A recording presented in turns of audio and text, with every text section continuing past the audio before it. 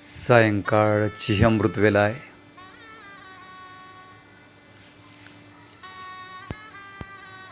खूपदा आपण म्हणतो की मी दर्शन घेतले,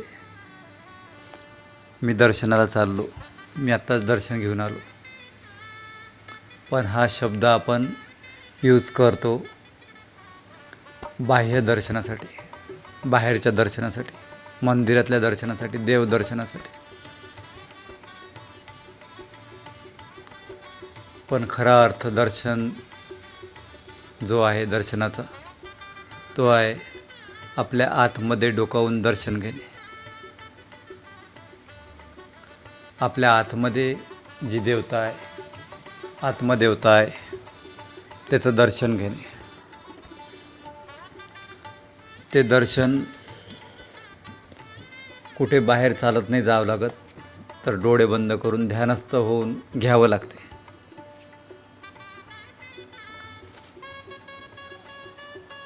दर्शन करणे म्हणजे आपल्या आतमधल्या त्या आत्म्याचे दर्शन घेणे, त्या आत्मज्ञानाचे दर्शन करणे, त्या आत्मज्ञानाला धारण करणे. गुरुचे दर्शन घेणे म्हणजे आपल्या आतमध्ये जे स्थित आहेत गुरुतत्व, जे गुरुशक्ती, त्याचे दर्शन घेणे.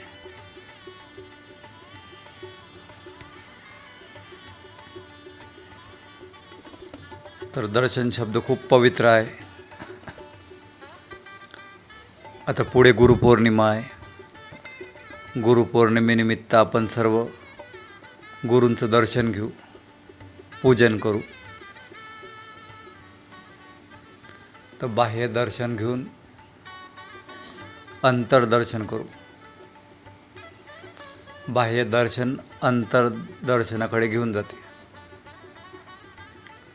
बाहेर दर्शन करू, पण यात्रा आतमध्ये होईल, आतमधलं दर्शन होईल.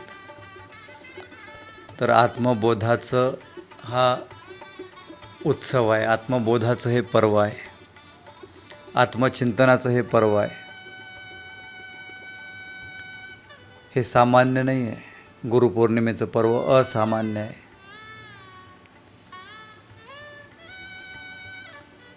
आयुष्यभर ज्या गुरूंनी दुसऱ्यांना मार्ग दाखवला,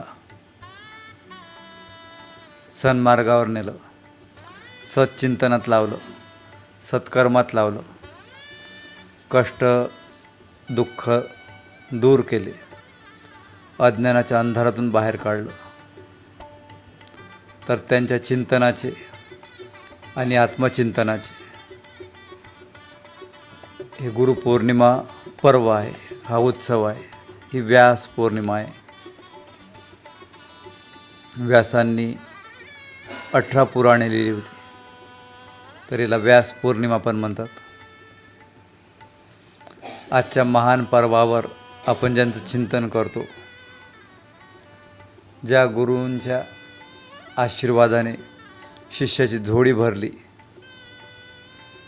शिष्याला महानतेच्या पथावर आरूढ केले, त्या गुरुदेवांचे हे महापर्व आहे, गुरुपौर्णिमा पर्व. गुरु आपल्या शिष्यावर कधीच उपकार करत नाहीत. खूप वेळा वाटते आपल्याला की गुरुने आपल्यावर उपकार केले, आपलं चांगलं करून, आपल्याला चांगल्या मार्गावर लावून. पण गुरूंना कधीच वाटत नाही की आपण शिष्यावर उपकार केले, कारण की गुरु उपकार करत नाहीत, गुरु कर्तव्य करतात. गुरूंनी आपलं कर्तव्य केलं, मग दुसरा नंबर येते आपल्यावर की आपण आपलं कर्तव्य केलं का, शिष्यच.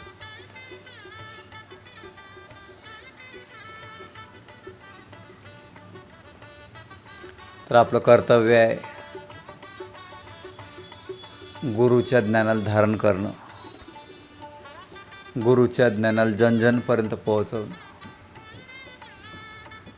गुरुमाऊलीचा संदेश जनजनपर्यंत पोहोचवणं, गुरुमाऊलीला जनजनपर्यंत पोहोचवणं.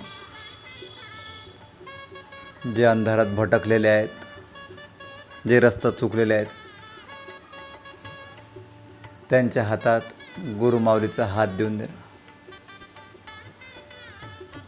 त्यांच्या हातात गुरुमाऊलीचा ज्ञानरूपी टॉर्च देऊन देणं.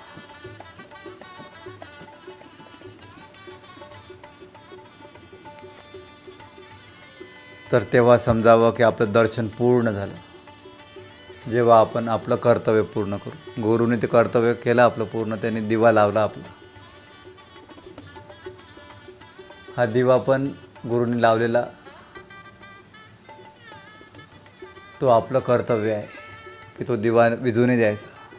किती कष्टाने, किती पराक्रमाने, काय काय गुरुमाऊलीने आपल्यासाठी परेशानी सहन केले, कसे कसे मार्ग काढले आपला दिवा लावण्यासाठी, कसं कसं अज्ञान दूर केलं, भ्रम दूर केलं.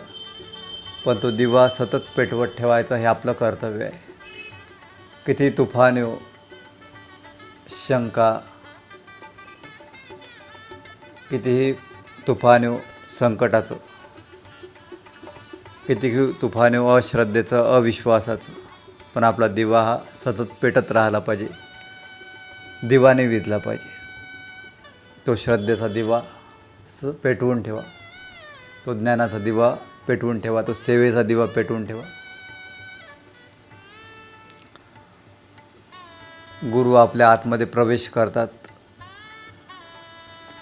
आणि आपली जी एनर्जी आहे त्या एनर्जीचं लेवल वाढवून देतात. ती कोणती एनर्जी आहे? पॉझिटिव्ह एनर्जी, ती ज्ञानरूपी एनर्जी, ती पवित्रतेची एनर्जी.